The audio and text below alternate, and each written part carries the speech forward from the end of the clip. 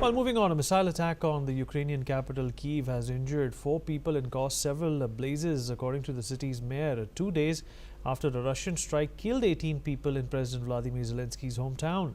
Meanwhile, Russia's defense ministry on Sunday claimed that a unit of the North Group captured a village in Ukraine's Sumy region in a rare cross-border advance. Mayor Vitali Klitschko said that paramedics had been sent for 2 districts in Kyiv, while the Ukrainian Air Force said missiles had entered the northern Chernihiv region. And according to reports, 4 people have been injured so far, while fires broke out in non-residential areas and 8 cars were damaged. Here is what the residents had to say. Соседи кричат: "Баба, заходи, потому что у тебя там горит, и заходи, ховайся там подальше". Все, я даже не понимаю, що то эти дрони ті, чи що воно там літає. Щось гуде та й гуде. Що воно там залетіло, що розбило там шифер, і тут вилетіло до сусідів. Ну і що, шибки повилітали там раз. Well, in the aftermath, a huge crater was seen in an office building in the Ukrainian capital, with debris scattered around and smoke rising in the distance. All of Ukraine was under air alerts after the country's air force warned of an attack, including on regions bordering Poland, forcing the NATO member to scramble aircraft to ensure air safety. Poland's military said it and allied forces had taken to the skies in response to Russian airstrikes across the border in western Ukraine, with ground-based air defense systems on high alert. The attacks come as US President Donald Trump pushes for a partial ceasefire between Russia and Ukraine. On Saturday, Zelensky slammed the US embassy for what he called a weak statement that did not blame Russia for the deadly missile strike on his home city, Kyiv. The Ukrainian president took aim at the US ambassador Bridget Brink after she posted a message on X on Friday that said she was horrified that tonight a ballistic missile struck near a playground and restaurant in Ukraine. In an emotional statement on social media, Zelensky had named each of the 9 children killed in the attack and accused the US embassy of avoiding referring to Russia as the aggressor. The Ukrainian president did, however, show his gratefulness to every country whose representatives had spoken out following the Russian missile strike on his hometown. Let's take a look at what was said. Вчора ввечері і сьогодні багато хто у світі заявив про свою позицію після цього удару, позицію чіткого несприйняття російського терору. Всім, хто це бачить і не заплющує очі, а говорить чітко і ясно правду, не тільки ми в Україні, а весь світ має бути вдячним. Замовчувати те, що це саме Росія вбиває дітей балістикою, це неправильно, це небезпечно, це тільки підбурює покидьки в Москві. Продовжувати війну та надалі ігнорувати дипломатію. Слабкість ще ніколи не закінчувала війни. Тому я вдячний кожній країні, чиї представники висловились. Лідери, міністри закордонних справ, посольства.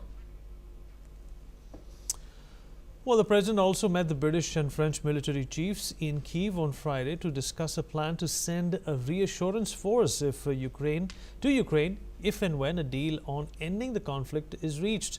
Zelensky wrote on social media that the meeting with British Chief of the Defence Staff Tony Radakian and French counterpart Thierry Burkhardt agreed the first details on how the security contingent of partners can be deployed.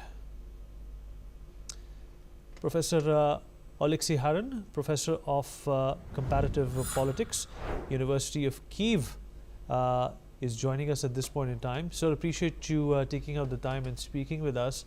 Well, this is a situation which is a lot more grave than what actually existed before Donald Trump and his proposals to end this war came about. What do you think of this escalation, and where might this lead to?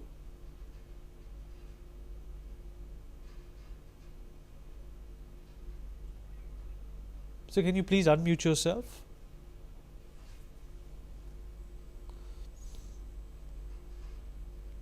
Yes.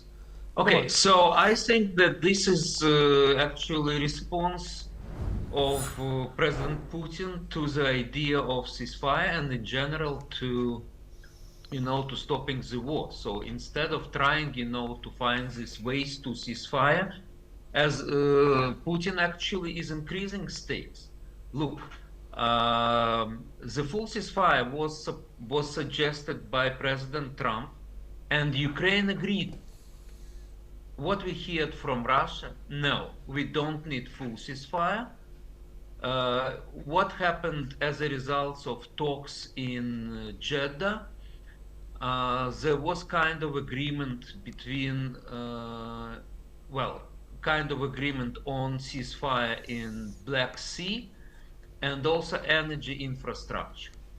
However, the problem is that first of all, it's not clear whether it includes also the ports around the Black Sea, and Russia still continues attacks on Ukrainian energy infrastructure. Moreover, as you see, it's very difficult to imagine that you have ceasefire, these limited ceasefires, but Russia still has the possibility, to bombard civilians all over Ukraine and to kill civilians, including children. So I think actually it demonstrates that Putin's hypocrisy. He doesn't want to stop a war at all. Instead, he is increasing stakes. So I think the natural reaction should be, because President Trump, he positioned himself as a mediator.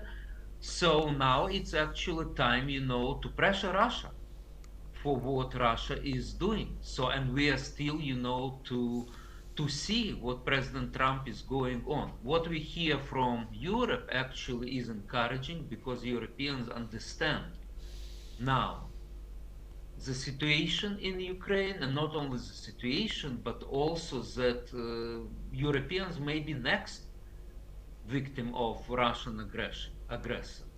So anyway, we in Ukraine, we think that it's time actually not to decrease sanctions on Russia, but to increase sanctions of Russia. And definitely we would be happy if countries of the global south would also react to that in practical steps, not to support in any indirect form Russian aggression against Ukraine. Because I think when sometimes we hear about neutrality, well, neutrality doesn't mean that you put aggressor and its victim on the same level, and giving them the same responsibility. If we are talking about rapist and his victim, no, it's not the case. By the way, we remember the non-alignment movement, and the principle for non-alignment movement meant that you are not neutral between aggressor and its victim. So I hope that the other countries would also raise their voice in order to condemn Russian aggression. Right, and so do you also feel that there is going to be more galvanization of resources as well as support for Ukraine within the European Union after the way these so-called talks that happened in Saudi Arabia and the ones that may happen between Vladimir Putin and Donald Trump in the future have not really yielded the kind of losses we have seen in Ukraine, with 9 children also recently dying in these attacks?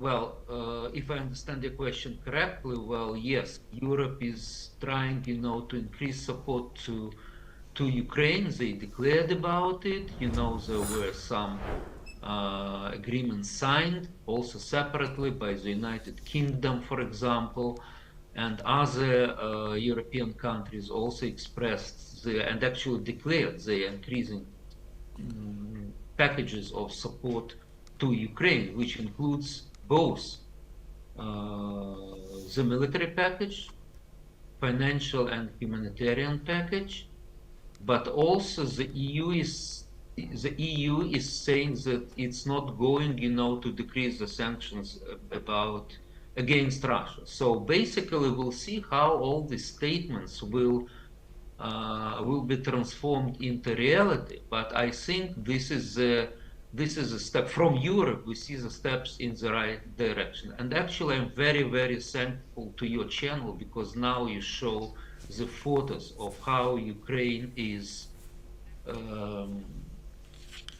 what times we have now in Ukraine, yes, and you demonstrate the capital of Ukraine, where I am staying. So what's going also in the capital of Ukraine, but it's going also throughout the whole country. So thank you very much for that. Sir, appreciate you joining us. So thank you so much. All right, moving on, as stated.